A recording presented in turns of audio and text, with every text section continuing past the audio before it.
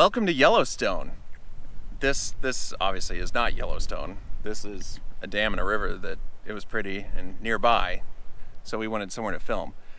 But this is our Yellowstone video. So welcome to that. This is an incredible park. It's really the number one national park, not just in the U.S. In the world. In the world. So back in 1872, President Grant signed legislation that brought about the national park system and brought about Yellowstone National Park. It's a huge national park.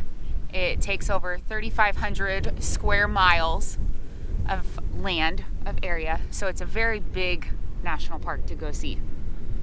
We took 5 separate days that we went into it. That still wasn't even enough. Yeah, it's a giant place. And so what we wanted to bring is not the 5 different days of us going and doing things. We could string that together and make a 6-hour video or whatever. We took a ton of video footage. But what we wanted to bring were the 5 things that we think that you're gonna love about Yellowstone. So, our first one. In no particular order. Yeah, this is in no particular order. Our first item, accessibility. Your destination is on the right. Thank you. You can shut up now.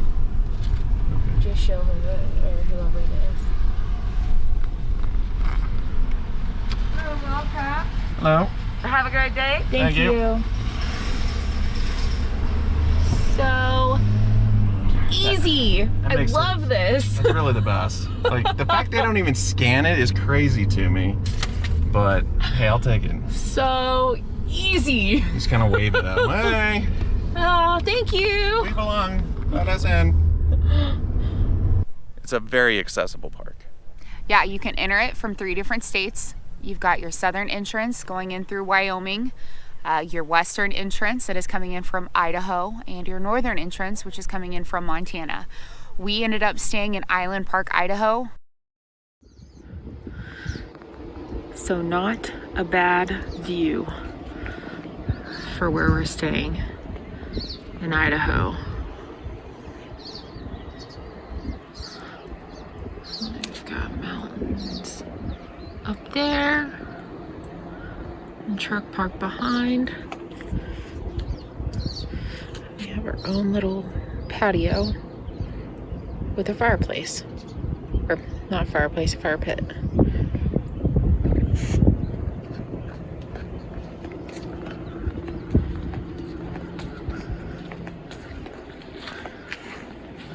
It's probably about 45 minutes outside of the park. You go through West Yellowstone, Montana. Gorgeous drive to go through it. But the fact that you can go through 3 separate entrances into the park is really, really convenient. So that way you're not having to do this big loop. But make sure you're there at the right time of the year for those, because some are only open during specific times of the year. So if it's still winter, or the summer season has not hit yet, some of those entrances you may not be able to get into yet. Yeah, so accessibility, it's highly accessible in terms of your ability to get into the park. Mm-hmm. As Taylor was just saying, there's a number of different entrances. It's accessible in terms of your ability to go up and find different things to go do. There are a lot of different points to go pull off the road and check out views, if not features, right? Like water features, hydrothermic features.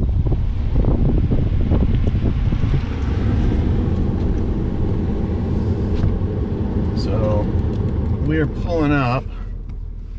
We're pulling up to the very first, I guess, not exactly a geyser on this one, but just a hot spring or whatever it's called. Yeah, just I don't know what the official name is. like thermal fissures or yeah, something. that's probably right. So we're gonna go and actually take a look at it because we're driving along. We just kind of got into the park, drove through a lot of forests, saw a lot of rivers and stuff. It's real pretty. And then came around a bend, and next thing you know, there's just steam kind of everywhere. So looked like a nice hot bath. We'll go jump in. Or not. Okay, maybe not, but we'll go take a look. I'm okay with that. And then when you're actually at those features, the third way that it's highly accessible, and this is one of the parts that we really loved about how well they did this. There's boardwalks So not only are there like paved trails and stuff at some of them, but they've done this excellent job of putting in these boardwalks all around a lot of the hydrothermic pools and things that you can go see.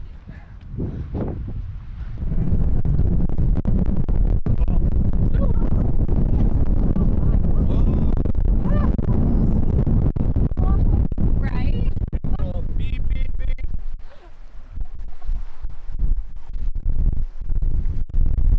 It's steamy. Right? It's all right. It's like getting a chemical peel, you know. It's a day at the spa. That's what we got going on here. It's spa day at Yellowstone. Are you excited? I wouldn't really call it spa day, but those are super cool and clear. Yeah. Wow, and turquoise. Oh, look at the sky. A little foreboding. So, really appreciate the work that the National Park System has done on that. It's quite amazing. You can really get out there amongst the fields of just all the colors, the waters, the gases, and see all these things. It's kind of pretty. At the same time, kind of stinky. Yeah, and the couple that we did, the two that really stuck out to me was the Norris Geyser Basin. Welcome to the hottest, most acidic, most dynamic geyser basin in Yellowstone. Yeah. Carry bear spray, know how to use it. Whoops. That was a really long trail that we ended up doing that was a majority boardwalks. Loop all around. Back to here. Looks like we're getting to a pretty big open area considering I can see the path all the way in the background back here. So, let's see what all this is. Big field of it. It's the field of dreams. If your dreams are steam and acid baths.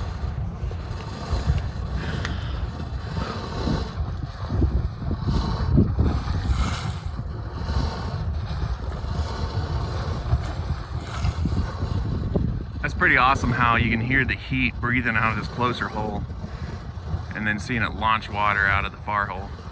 Yeah.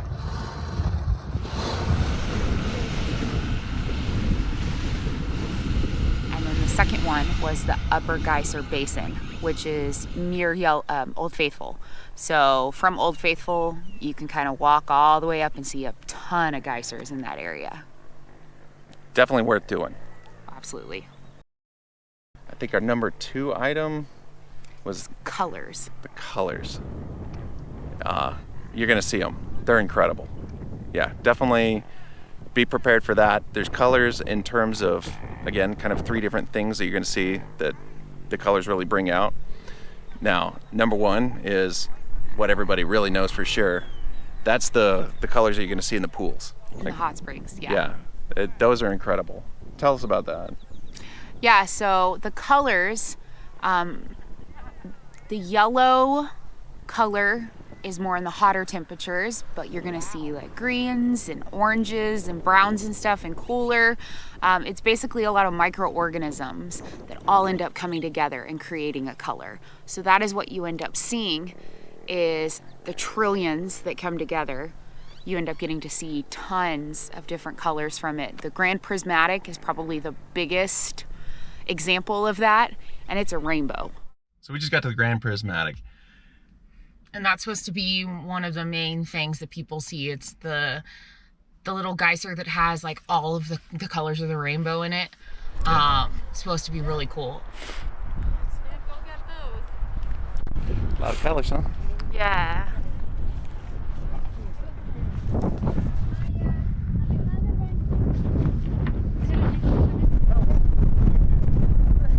See it. He sees them. It was crazy cool. Hey, you want to taste the rainbow? No.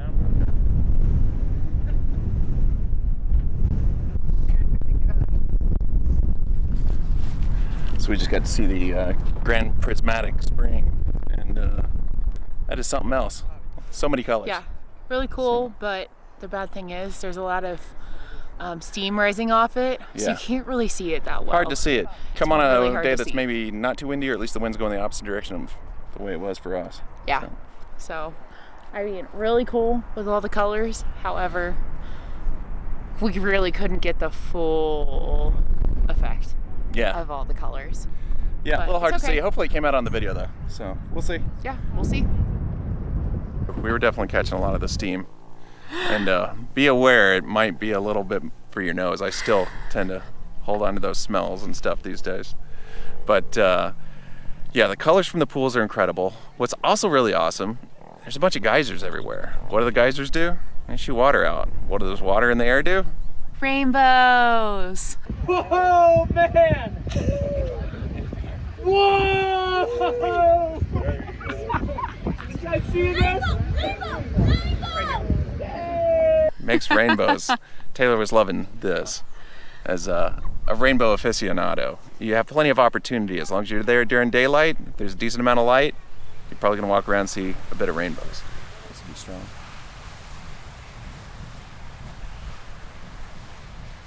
So that's the second way that you're gonna see colors. And then the last thing with color, kind of attributed to the time of day that we were there. A lot of the days that we went with Brent's work schedule. We ended up going after he got done with work for the day. So that meant that we were there at evenings.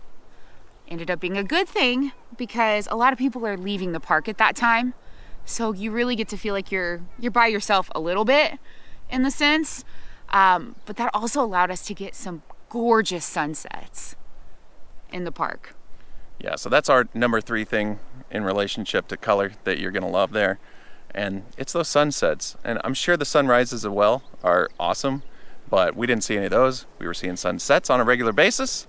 And yeah, as long as there's a little bit of cloud cover out there to catch some of those colors, just over these beautiful open prairies and the rivers and everything that's there, seeing those sunsets and those colors you'd get. In general, up in that area, we saw just beautiful sunsets. But yeah, there within the park, it's an amazing thing to see little groups of deer and stuff that would kind of be up near parts of the road in the evening. And yeah, all the wildlife and the open streams and stuff and just the rolling hills. It's an incredible place. Hang out for the sunsets. Don't just bail like everybody else at the end of the day. If you can help it, they're worth catching. It's pretty awesome. So our number 3 item is the wildlife itself. You're gonna see bison up near the road. That happens, I think, all the time. So be aware of that. Don't mess with them. They are still bison, but they're fairly used to cars and traffic. So expect them to just kind of mosey in between the traffic and along the side of the road as you're going along. In addition to that, there was some big elk hanging around, and In some fields. yeah, and of course plenty of waterfowl and Canadian geese and all that kind of stuff that you're gonna see around. Got some. But My favorite Taylor's favorite thing. was getting to see bears. So we saw a black bear run across the road, but that wasn't the best one. The best was when we noticed that there was a big stoppage of traffic when we were leaving. When we see a line of traffic looking like this, and nobody's coming, no oncoming traffic either, so that's all shut off, kind of makes us think there's something up ahead. And we asked people, what is it? Do you know what it is? Yeah, it's a bear. She's got a few cubs with her. It was a mama bear with her cubs, and they were running along the river, and we got some footage of it. And my life was made. Those little cubs look so cute. Yes, you're going way too fast.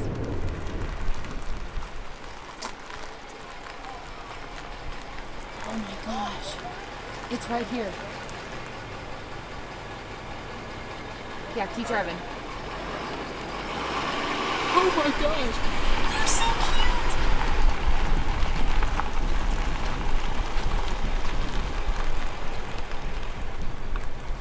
All right, we're good.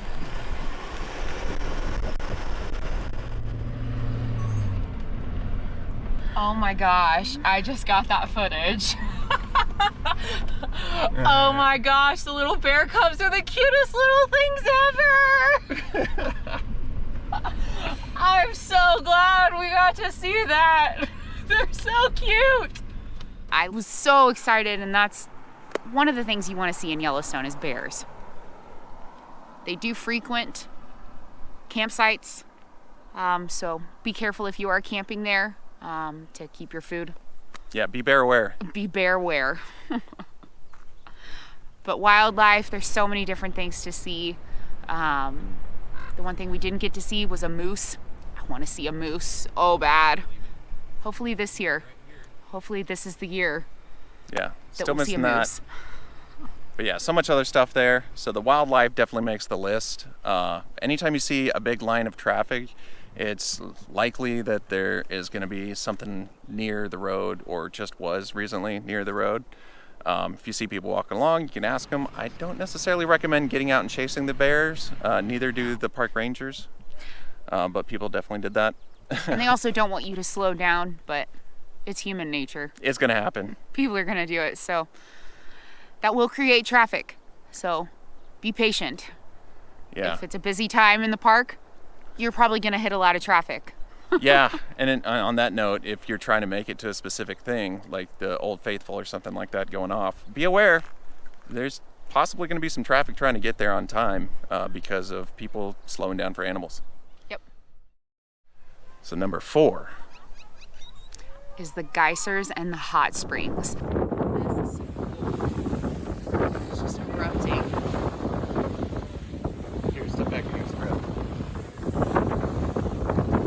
There you go. It's pretty much what you come for when you go to Yellowstone, and what it's most known for is because it is a national park that is on top of a volcanic hotspot, which is the reason why there are so many geysers. In fact, there's over 500 geysers that are within this park alone. Not all of them are as faithful as Old Faithful. But that is the most well-known one. It's part of the fun, though. Look at the signs. Read the signs as you go around. You might be near a geyser that hasn't gone off in years, decades, and maybe it's going off while you're there. Like, this can happen. Okay, we just walked up on the Vixen Geyser and just started bowling.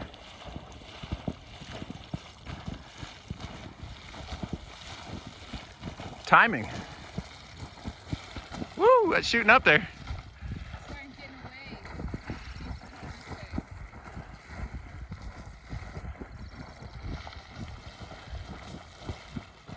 Wow, that's shooting pretty high.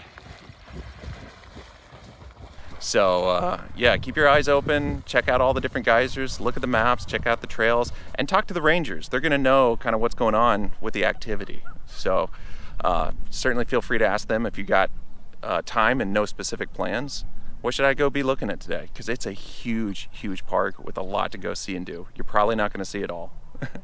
Yeah, but at least as the name portrays, Old Faithful is quite faithful, and that it does go off probably about every 90 minutes and shoots up possibly could be over 100 to 150 feet tall.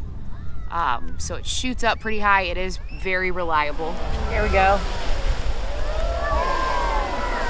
Hey, there we go. Oh my God.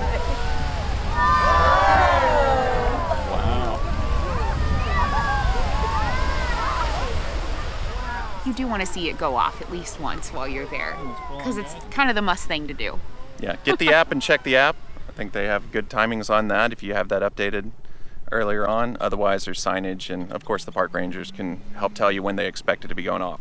They usually know fairly accurately on the day of, like generally when it's going to be going off throughout the day, and then as different times pass, they're like keeping track of like when it actually went off, and so the closer you get to it, the more accurate they're going to be about exactly when it's likely to be going off again. But make sure you show up when they say the time is going to be, because it could only go off between 1.5 minutes to 5 minutes. So make sure you're there kind of at that specific time, otherwise you could just miss it. Yep. But it's a pretty cool thing to go see. There is ample parking nearby. There is a ton of seating that kind of circles around a spectators area. And then if that's full, I mean, there's trails and stuff that go all around the area. So just, go along the trail and find a spot to stand for a few minutes and check it out. Yeah, but that's not the only one. There's the northern part that also is Mammoth Hot Springs, which if you are coming in from the Montana side, I would highly recommend stopping there. They've got a great boardwalk that you can go walk up and just see it from a lot of different angles. You can walk normal. But that is another one that really caught my eye, that also has left a smell in Brent's nose. Yep. Because that sulfuric smell just kind of stays with you. It really does. But it's plentiful, and that is definitely one of the top things to go see in Yellowstone is all of the geysers and hot springs. Oh, man! Number 5. Is the rest of the scenery.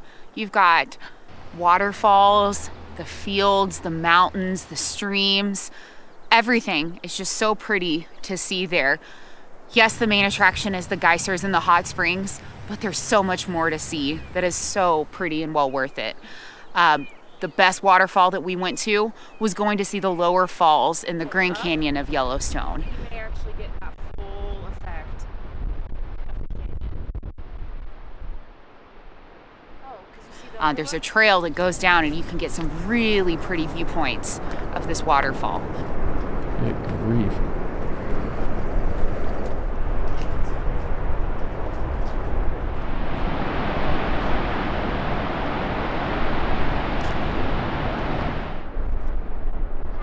I don't know.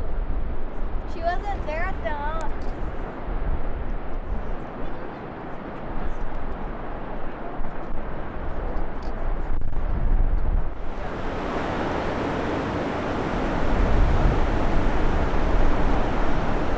Stunning, and boy does that put out a lot of water.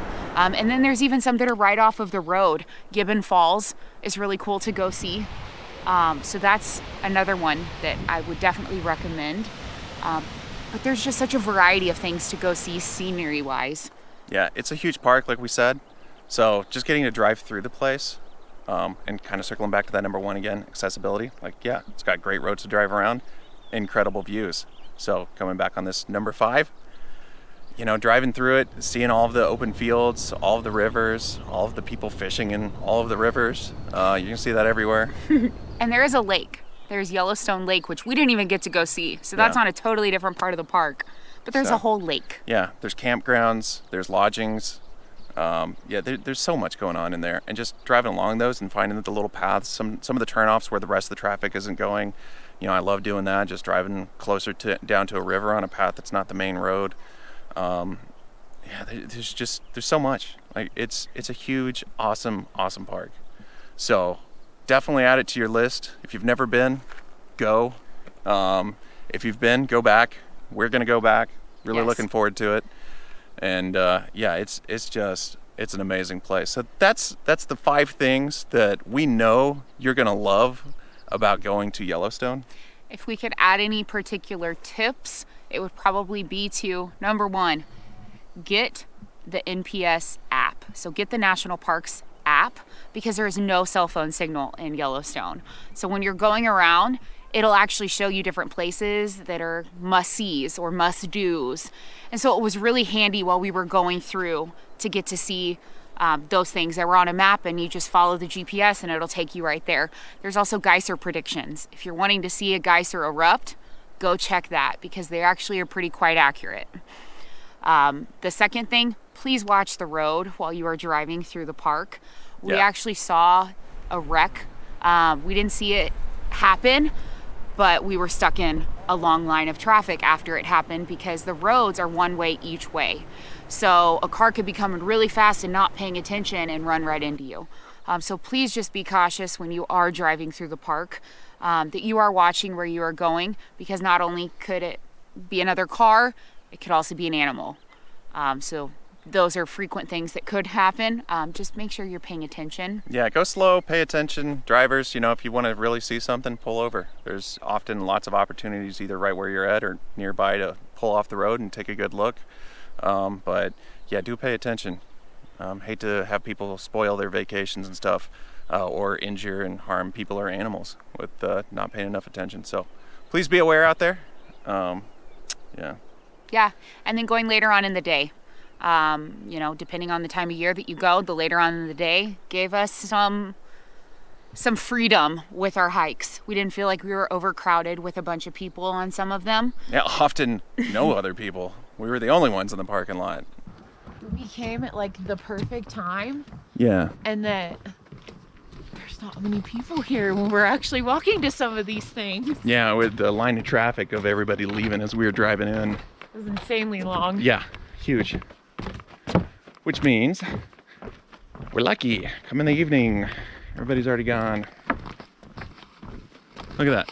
Only car in the parking lot. Only car. We're the only people here. Hey. So, yeah, as we were driving in, pretty much everybody else is driving out. So that's a benefit of going in the evenings. If you go there, yeah, the park's open all day, all night. So you can go there anytime. Obviously, you're not going to really want to be there at night and not be able to see anything. That's not the point of the park. But coming in the evenings, especially in the summer when you get those long days, yeah, I would recommend it. I thought it was a nice experience going out there and not having to fight off the crowds. Yeah. But let us know if there's anything else that y'all recommend to go see or any other tips. This was just from our experience, what we thought, but we'd love to hear what y'all think.